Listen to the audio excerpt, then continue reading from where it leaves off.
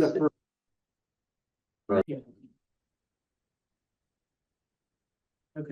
welcome everyone to our pre-meeting for the first council meeting. Starting with old business, cityscape wireless communication master plan final draft. Susan, welcome. Thanks for joining us. Appreciate it. We've had you back quite a few times, so but we're getting there. So last time we met, we just got our packets and just like anybody digest. So we thought it'd be good to just kind of go over the this meeting, some questions, concerns, thoughts for our new folks, what questions you might have in general. Since we don't do that too. Yeah, are there any questions? Introduce the new folks. Oh yeah, sorry. Yeah. Sorry, Susan. We have some newly elected folks here. So yeah, if you just want to go around everyone new, introduce yourself to Susan. Susan is our consultant. From Cityscapes. Cityscape is consulting for the vendor that helped procure and do the assessment analysis for the wireless gaps in coverage. And sort of needs for yeah, so be the first. Hi, this is Vino, the newly elected. I've been living in the Franklin Park for almost 20+ years. Ready to work with you all. That's all. And forgive me, Susan, I'm not sure which direction to look. Yeah. Oh, there it is. I see it. Hi, Susan. Curtis Neal, Borough Council representing Ward 3. As Uday said, newly elected. Second meeting that I've been formally a part of. I've been kind of in the background on a couple, so I've soaked a little bit of this in, but I was not in from the ground floor. So definitely excited to jump in and work on this and myriad other things I'm sure we'll be involved in. Great. If you want. Today you know me, and I've been with you like from the beginning of this and the master plan, and so I'm still here. Good to see you.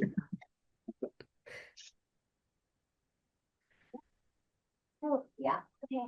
I'm Ashoni Lucavelli. I think I've been in a couple meetings where I've heard you talk and I've heard the borough discuss certain things regarding cityscape and just stuff like that, but I'm the junior council person.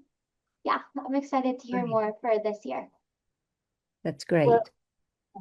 Hi, I'm Kristen Fidvik. I'm the newly elected mayor of Franklin Park, and I have lived in Franklin Park for 29 years or so, and I look forward to working with this group and you as well. Hi, Susan. Hello. It's Brian still here. All right. So one concern, one thing in the report, Susan, I think you're missing. Oh yeah, as the vendors, right? Yeah, last time we talked to council, they were looking for a specific list for people to reach out to as far as vendors in our area, so that once the plan is accepted, that in addition to our RFP and supplying the master plan, we know who to contact, right? I know that it's not in the master plan, but we're looking for that information before we kind of close everything out. Yeah, that information is very difficult to find, and I don't know that I'm going to be able to provide you but maybe 1 or 2 names. And the reason for that is because the industry hires out consultants on a pretty regular basis to do site acquisition for them, and they're constantly changing. And so people that we work with on one project in with local government and other areas, the next project is typically an entirely different group. And so we never know who we're going to be working with on the projects, which is why we recommended that going with the RFQ, request for qualifications, and posting that and seeing who responds, because those will be your most immediate contacts. And I promise you, in a year and a half, they won't be the same people. They may not even be the same contacts in another 6 months. just because the industry changes so fast and so rapidly. I have one person at Crown Castle that I could give you. I didn't want to put it in print, but I'm happy to provide that to you after the meeting for small wireless. But he's the only contact that's been constant throughout this whole project.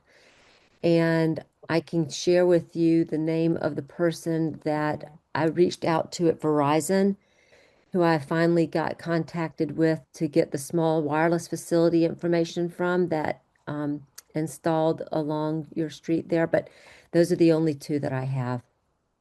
Okay, thank you so much. Mm-hmm. Anyone else? Any questions?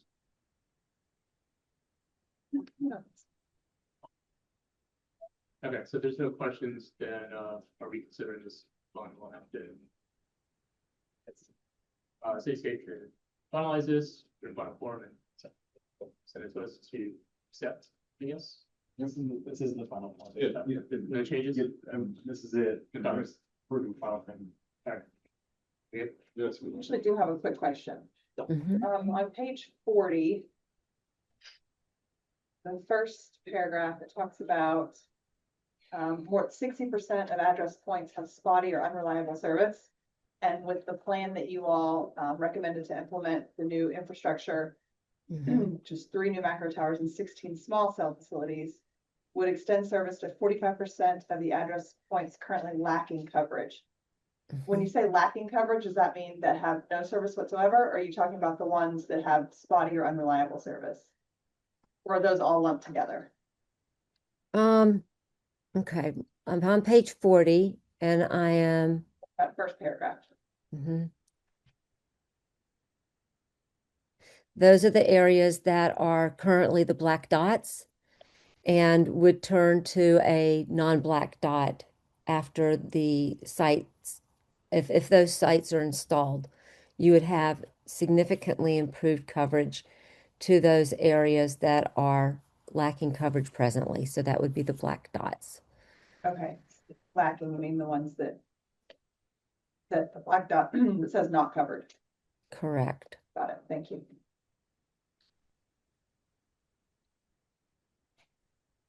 Anything else? I assume that means that would in turn improve the 60% of address points that have spotty or unreliable service. It would improve all of the, well, I don't say all of the area, but it will improve a large portion of the area immediately in the vicinity of those facilities. Okay, thank you. Mm-hmm. Just to make sure I'm following, the people that would have nothing would then have something, and the people that have something would have some percentage more. That might not, they might not all have perfect, robust coverage, but they would have some degree of Yes. improvement. versus- Yes. Yes. Now we can't get coverage to every address point, but we can from those sites that we're proposing in the vicinity of those sites that are being proposed would have remarkable improvement to in-building coverage. And then those that have in-building coverage would then, you're right, would have better, or those who have spotty coverage, that would improve. So it would not just improve those that don't have any coverage, it would also improve those whose coverage is unreliable or where they may have outdoor vehicle coverage only, they may end up having coverage inside. Okay, thank you. And then, but then again, it is provider specific. So, you know, this is assuming that all providers go on the site. If you have one provider go on and you're not a subscriber to that provider, you won't see the improved coverage or capacity. Sure, that makes sense. Okay. Thank you. Mm-hmm.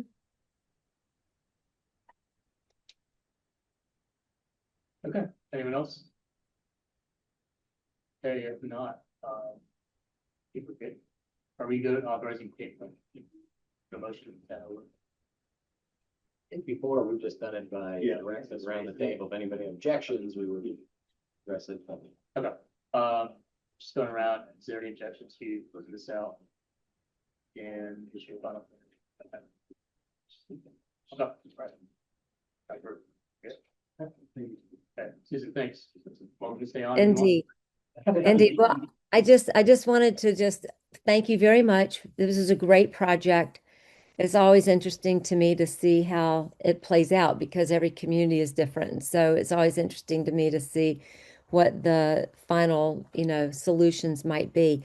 And I just really encourage you to look at your code because you do have, like I pointed out in the final draft, there are some sections that are creating a challenge to cite because of acreage requirements and your zoning patterns. So, I just encourage you to, prioritize that. Maybe I recommend that you prioritize that as a big next step because when the industry comes in and they look at some of these properties, they're going to run in conflict with your code.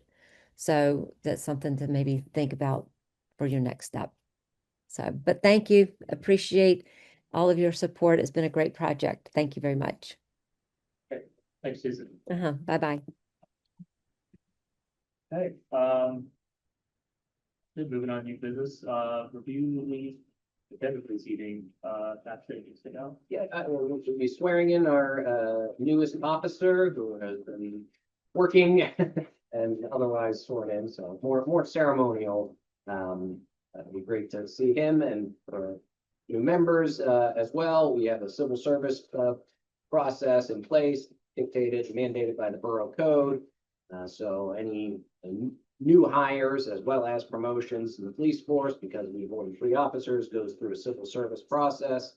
3 members on the Civil Service Commission that are not members of council conduct the testing with the help of the chief and the chiefs associations for the physical, the mental, the oral exams, the written exams, the background investigations, et cetera, et cetera. So it is a long involved process. We had a vacancy and made a conditional offer in December and completed everything else. So Officer Sappy will be joining the force. The chief talked about that during his presentation a little bit more later. But in terms of the rest of the agenda, I just wanted to point out on the second page, motion number 3, we did receive an updated letter from Glenn Smith and Sean just yesterday. So this agenda had been posted. We had the reference to the December letter. Kathy and I had a debate this morning about whether or not the Blue Sunshine Act requirements required us to have a motion to amend the agenda or otherwise, but because this was a minor change, we put it, as you'll see in your place, the highlighted section. So if anybody objects to it, we think it's pretty clear. This is different than actually adding something brand new to the agenda. If we have a process where you have to make a motion to amend the agenda, take public comment and then vote on this.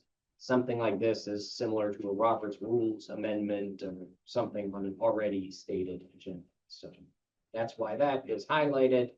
Please read the highlighted date. With respect to other ones, obviously we've discussed the appointments. So those have been filled in. Thank you all who volunteered or were voluntold to take those duties on. So we do have that. We've discussed these other ones. We didn't discuss motion 12. Zach was able to secure the 4th and final instrument for the declaration of restrictions and covenants from a property owner that was impacted by the Matterhorn Basin retrofit MS4 project. The last step in the process that they would acknowledge that there is a giant stormwater pond in their backyard, technically on their property, but within a borough easement that we have access to, we maintain, and we have now upgraded. So we've secured the first 3 November or so, but secured the 4th one just now, and that's motion 12. Motion 13, we have added as well. You'll see that says a move to ratify the execution of an easement agreement. As you saw from our discussions in executive session, this relates to the Carabin condemnation litigation that was settled back in December. As part of that settlement, they agreed to execute an easement agreement rather than going through condemnation or otherwise. there were some, changes and some revisions, but you have a copy of the final version that's there, but because of the settlement agreement, when they signed it, when they were due payment, and when we were required to withdraw the condemnation, we moved forward and had it executed and recorded. Actually, on Friday, there was an issue with their notary stamp, but we cleared that up today.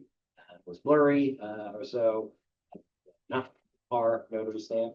So it is in a good place as it is. So that is why we're asking for ratification of this agreement, which was really approved as part of the settlement agreement in December, but we wanted to make sure we close the door on it. You'll see we added some motions after the work session with respect to the purchase and the trade-in of golf carts.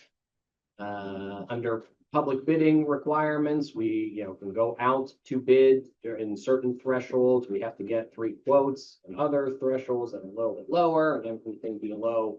So I got checked, it's been updated now for 2026, but used to be $10,900. You don't need to get bids. You can also go through joint purchasing arrangements. So this one motion references Sourcewell. So you'll see them sometimes. They're a cooperative purchasing, like a big North Hills COG, just sort of nationwide. Other municipalities, they get one municipality to do the bidding, and everybody else can piggyback on it if they enter the Sourcewell program. You'll see CoStar's referenced a lot. That's Pennsylvania's joint purchasing program, which is great for purchasing salt and for purchasing other things, and has been expanded to construction projects. But right now, this one is the purchase of golf carts. Nope, we won't. We're not here. But we can talk about why those are needed. And then motion 15, sort of a corollary of purchasing. If we are selling borough personal property, we have to do so by a resolution. There are processes to advertise if we're selling something, but if we're doing a trade-in, like we're doing here, we have to authorize that trade-in by a resolution as well. It's anything over $2,000 is the threshold that you'll see resolutions in the future. With respect to trucking services, Gary might talk about that. That has been added as well, but that is the extent of the changes to the agenda since the work session. Questions? Moving on, manager's report. Okay, we'll answer questions. Yeah, okay. If any questions for that. All right. And then so for Councilman, meeting the first. No, I don't know. Questions from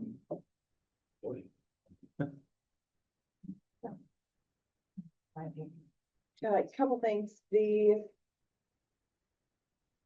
public safety communications report, we discovered a while ago that Public Works, public radios are not a license for the FCC. Has that been rectified? That was before your time. Not since I. Been here. Now, there was a, I had called in for that, there was a name that, this was, if it was first, called in and I never had a response on it. Checking on the license for us to update it, and I was never called back on it. I tried reaching out a couple different times. And, Thank you. the license support, I read it to them. 74, page 74. yeah, license was, needs updates, it's been a lot of years since it hasn't been. A few years. Okay, thank you. The Veterans Trail, do we have timeline for the new bridges? The one at Borough. I still haven't got paperwork for the grant we received. Okay. So once I have accepted it, then I'll have a stable timeline. So right now, I can't. It's 2 bridges or 3? Great. We requested like $480,000. We were awarded 50. So me and Sean have to get real creative. So rickety, we're just. Well, they were originally gonna be the same type of put in Acorn that, the composite, right? Which that's gonna completely change, and they're Yeah, that gonna do, would- they're gonna be wooden bridges now, that's gonna be made by our public staff, Okay, to get rid of the labor cost, so. So Sean and I worked on that, I just need, feedback from the state. gotcha. That actually came to mind for me also, Max, is the Boy Scouts. That's a good Eagle Scout project. Oh, yeah. We know of any, and I was thinking once we get them installed, it would be nice to have some sort of public event. Yeah. Invite veterans, invite Boy Scouts if they help with it. So that's all on that. Just keep us updated on the timeline for Yeah, that. and as I find out more, Okay. I'm still waiting to sign the grant agreement for the county. They're making us take a training on procurement before they'll give us, our agreements, so that's at the end of the month. Okay. And then finally, the Reese Run sidewalk, which I talked to you briefly about that. Yes. I spoke to the residents. To no one's surprise, they are not excited about the idea of sidewalk, either going in or maintaining it. She is open to, I only spoke to the woman, there's the husband also, but they are open to some creative solutions and working with the two neighborhoods who are specifically asking for it. La Costa, of course, is part of Franklin Ridge. They could work together though, and then, Farmington does not have an HOA. But I thought maybe the next step would be to put in contact Bob Brecht with the homeowner and see if they wanna work something out creatively. Because Bob has said over and over again, not that Bob is the only person involved in this, but he seems to be the sort of the leader of folks who want the sidewalk, or who want, not the sidewalk, who want some sort of improved passage there. He said many times, we don't need sidewalk, we don't need to do all that. So if the parties involved want to talk and maybe come to a creative solution, then maybe we don't need to be involved at all. So if everybody's all right with that, I will connect those two parties and see what they can work out. Always really fun to be together and figure this out. Agreed. Okay, so we'll do that next when we see what comes of that. Okay, and that is. Oh, one more question. The subdivision that was in our packet last time and is now, that's just are they combining two lots? Am I understanding that correctly? They're moving in. They just moved it to lot lines? Okay. There's a little bit of a hold up there because the one property was a violation. They've been grading that property. I haven't received the grading permit on Washington. And a lot of people reported until they fix it, so it's a violation, you gotta get that fixed.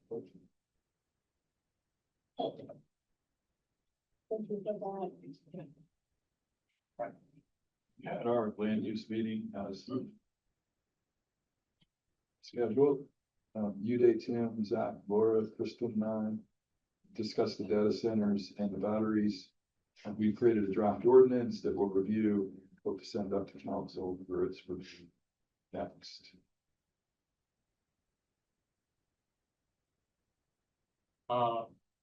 Yeah, from my end, just thinking the past, we're talking about committee assignments. We'll get it. It's up to you. Yeah, so If you're designated, you know. I think land use, yeah, land use percent, right, so it's three of us. There's default settings too, where you wind up with, Yep. just whatever board you came into, just grab their assignments. Yeah, and last Thursday, meeting, so, just, Unless there's a what? I went to the, attended the conference. Oh, yeah, thank you. Yeah, I mean, the big focus on salt, so, recently ramped up for salt, really nice sample salt.